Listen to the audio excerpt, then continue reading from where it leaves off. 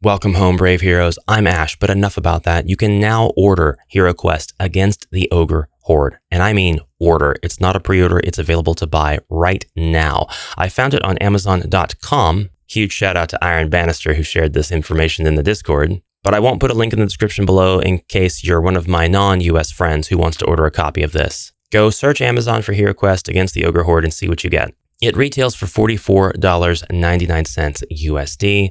And after you get done ordering it, which I encourage you to order it right away, come back here and we'll look at the pictures together. HeroQuest against the Ogre Horde quest pack. We've seen the front of the box. We've seen unboxings at the Con Festival in France. We have seen what this is going to have teased, as well as lots of different angles of the contents. Now we get the Amazon.com pictures version. We've seen the back of the box, so I'm going to go forward and just skip that for this reveal here. We are going to be looking at the tiles and seeing what all comes with this, as well as getting a little bit more detail on the cards. We can see now, finally, that the wolf has 10 movement squares, indicating that this is not the druid form, but the animal companion. 3 attack dice. There is an asterisk on the attack die, and the note at the bottom of the card, I believe, reads, the wolf may attack diagonally. 2 defend dice, 5 body points, and 1 mind point. We can see the cards that are going to replace the tokens of the classic edition of this expansion: Dominate, Mind Lock, and so on. We can see 5 1-tile large tiles that come with this. We've got a left and right orientation of secret door. I wonder if that's so you can pull both of the doors open at the same time to reveal a double wide secret door. That would be really cool. We have fallen rock. We have a pit tile. We have just a plain old fallen warrior corpse. We have the 3 druid abilities, and we have our 2 druids grouped together with the wolf, which is how we know the wolf is a good guy this time. Never mind the red scalped.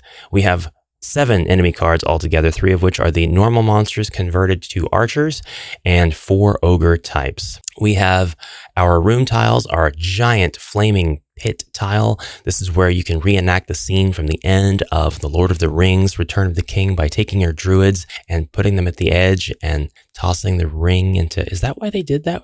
Is that why they included druids? I figured it out. I've cracked the code. We have our other 3 room tiles here. The 2 here that previously were on each other's side on the same tile.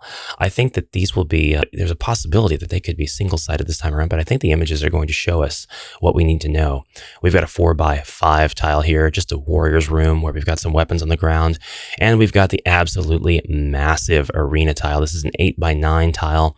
We also see tokens that share this tile sheet. We've got skull, shield, and black shield, and then the same set of icons, but with ×2 in the corner. And then we have what looks to be a healing potion that restores 2 body points. How do you use this? This is supposed to be a unique combat system for the arena. In my mind, perhaps we are drawing tiles in order to determine the outcome of an attack. Perhaps the tiles are used in conjunction with the combat dice. At any rate, we do know that some of this stuff is double-sided because the reverse side of this giant pit tile is actually our outdoors tile. And then we have a chasm with a small bridge over it that should be the reverse side of this 4x5 tile. Let's just go confirm. And yes, this picture more or less exactly confirms that. There is our 4x5 chasm tile. And then the reverse side of the carpet tile, which is just a barren room, it looks like. Really interesting.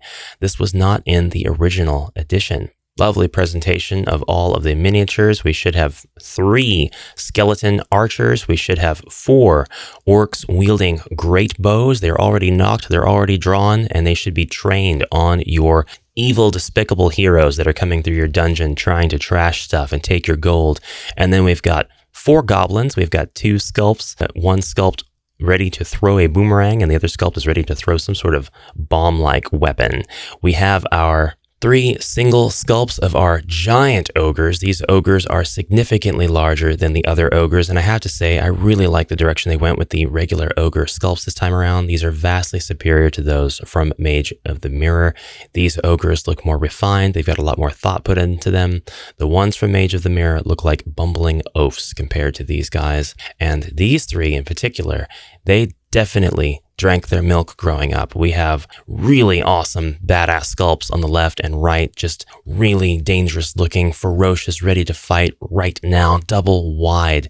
And right in the center, the Ogre Lord in a very imperious, commanding pose. These actually look like they eat the heroes for breakfast. They are actively eating people and entire animals, and they're just absolutely a threat. I mentioned this in my podcast yesterday, but the ogres need to look like they eat people, and that's what we got here. The portcullises, we know for sure now, slide in and out of these frames.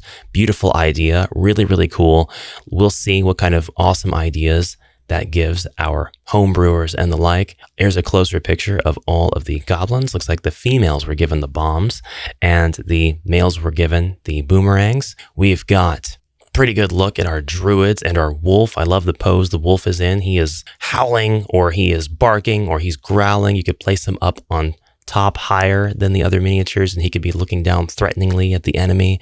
We have our giant ogre throne. Doesn't look like you're actually going to be able to put any of the ogres in this throne, but that's okay. It is a beautiful sculpt replacing the cardboard sculpt of the olden days. We have our 4 single tile wide ogreish walls. These used to be represented by plastic bases and cardboard inserts in those bases, like a lot of the other doorways and such with old HeroQuest. More pictures of our tiles. We still don't see what the reverse side of this arena tile might look like.